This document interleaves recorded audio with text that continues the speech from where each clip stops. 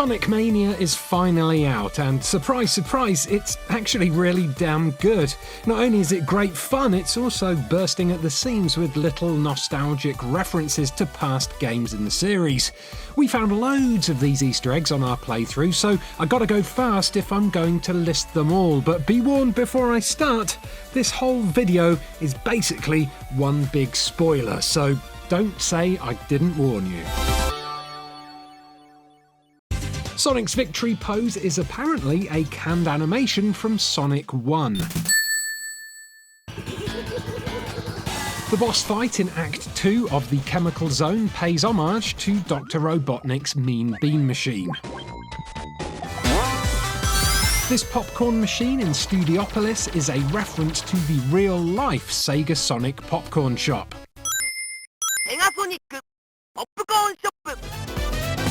This here is the Hornet from Daytona, repurposed as an outside broadcast truck. Does this pink bot sign look familiar to you? Well, it's actually a play on the big neon sign in Streets of Rage that advertises the Pine Pot Cafe. Club Spin is a reference to the famous Club Sega building in Akihabara. The word spin replaces Sega here, but that word is written in reverse just below, as a reference to the classic "To be this good takes ages" adverts. To be this good takes Sega. Flip these cards in Studiopolis to spell out Lock On, a reference to lock-on technology, a unique feature found on cartridges for Sonic & Knuckles, which allowed you to connect it to Sonic 2 or Sonic 3 for extra features. Plug in Sonic 3 for 34 megs of power. The graffiti on the side of this subway train references the words cope and CPU, which first appeared in the background of the Springyard Zone in Sonic 1. There's another set of cards to flip over in Studiopolis. These ones reveal the words Genesis Does, another reference to old-school Sega adverts. It's free. What Nintendo? The bottom line on Studiopolis's clapperboards reads Sega, CW, HC and PWG. That stands for Sega, Christian Whitehead, Headcanon and Pagoda West Games, the four groups responsible for developing this game. Listen very carefully at the end of Studiopolis Act 2 and you'll hear a buzzing sound. This is the same buzzing sound that played during the duration of a disastrous live stream celebrating Sonic's 25th birthday. So it's not. The numbers on the bottom right of the screen, 072216, mark the date the event took place. While running along the top of the airship in the flying battery zone, there's a section where you have to wait for missiles to rain down and blow a hole in the hull. There's a similar section in Sonic & Knuckles, but in that game it takes 2 hits to break the hull, compared to just 1 in Sonic Mania.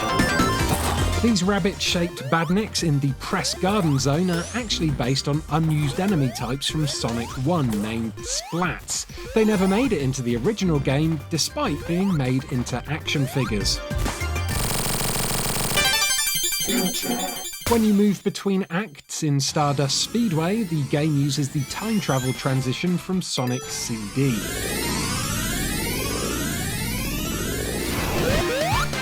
The smaller looking Metal Sonic in the Stardust Speedway boss fight is actually Silver Sonic from Sonic 2 on the Game Gear, complete with 8-bit sound effects.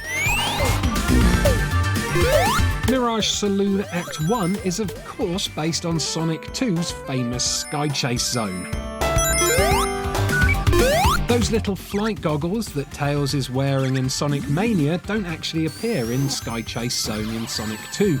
They were actually taken from the 1999 Sonic the Hedgehog movie. But Dr. Robotnik is the only person who knows where Robotropolis is, so we have to use his navigator and hope it works. I guess so. The boss for Act 1 in Mirage Saloon is a giant version of the Caterkiller, a badnik that features in the Marble Zone and the Scrap Rain Zone of Sonic the Hedgehog 1. Mirage Saloon's final boss fight features cameos from Bark the Polar Bear, Beam the Dynamite, and Fang the Sniper. Characters that featured heavily in Sonic the Fighters and also had cameos in other games like Shenmue and Virtua Striker 2. Collect the Flame Shield power-up in Oil Ocean and you can use it to set the ocean alight. In Oil Ocean, Sonic can pull on these switches to clear smoke and fire from the air. This concept was first used in the Sandopolis zone of Sonic & Knuckles, but here, Sonic uses the switch to clear ghosts from the screen.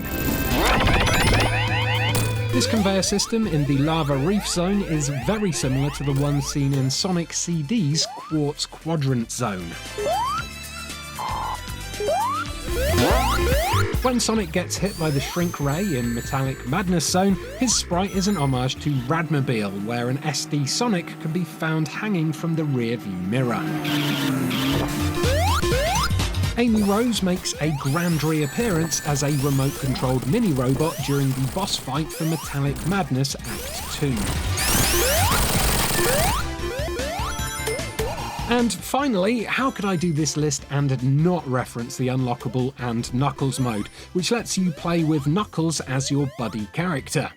This is, of course, a reference to the famous And Knuckles meme, where the gaming community added the words And Knuckles to pretty much everything in the world.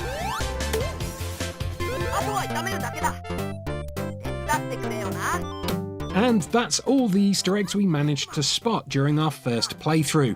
With a game like this though, I'm pretty sure we've only really scratched the surface when it comes to Easter eggs, so please let us know if you've spotted any that we've missed in this list. And do give this video a like and subscribe to Eurogamer if you enjoyed it. Thanks for watching and have a great day. Goodbye. テイルス